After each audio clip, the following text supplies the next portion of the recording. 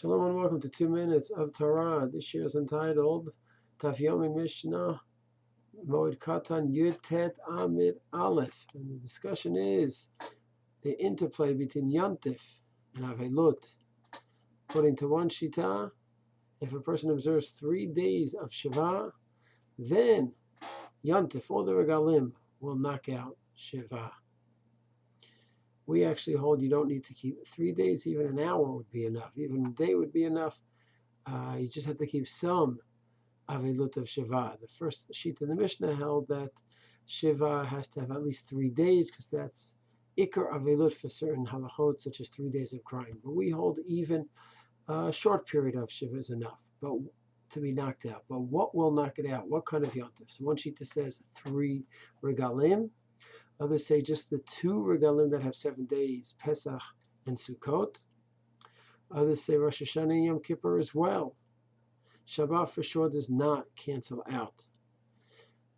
Shiva, it's actually one of the days of Shiva. May be without public mourning, but private mourning, but it is one of the days of Shiva.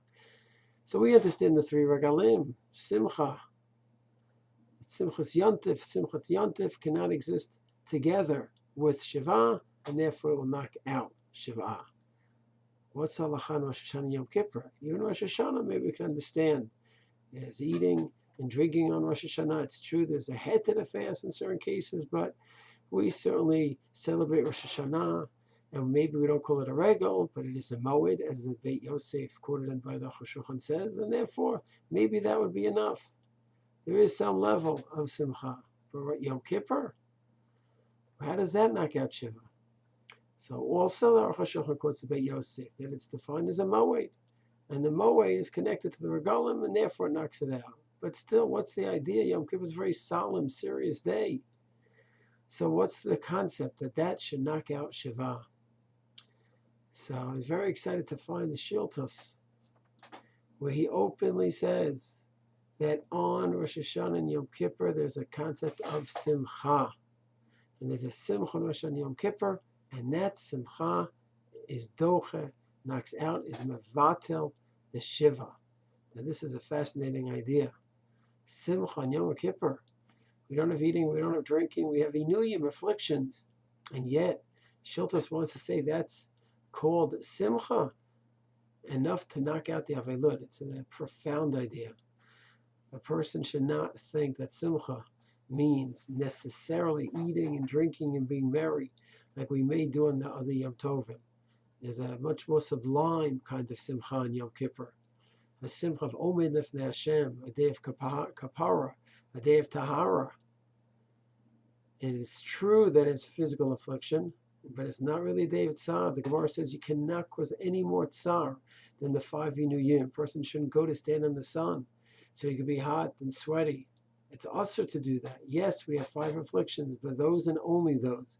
Besides that, it is a day, according to the Sheeltot, of Simcha, but a very, very subtle and spiritual kind of Simcha, of Amidah Lefnei Hashem on Yom of Kapara and Tahara. The poskim actually discuss halacha l'maisa that we really maintain there's a concept of Simcha. The Be'er Moshe, the B'tzel Hachochma discuss this.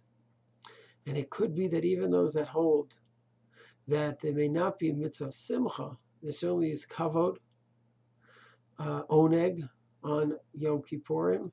And as we said, even if there's not a formal mitzvah of Simcha, there's some kind of concept, a sublime concept of Simcha on Yom Kippur, and one which is the Availut. Halacha l'maaseh, we paskin this way, that not only do the Regalim, all 3 Regalim, mevatel Shiva, but Rosh Hashanah, which is a moed, and there's eating and drinking on Rosh Hashanah, and even Yom Kippur, if a person sits Shiva, and even an hour before Yom Kippur, the day of sublime Simcha, will actually cancel the Shiva. We all merit to experience the ultimate Simcha, not just the physical Simcha, but the Simcha of Yom Kippur as well, and truly feel that connection with Hashem, which is the ultimate Simcha. Shalom.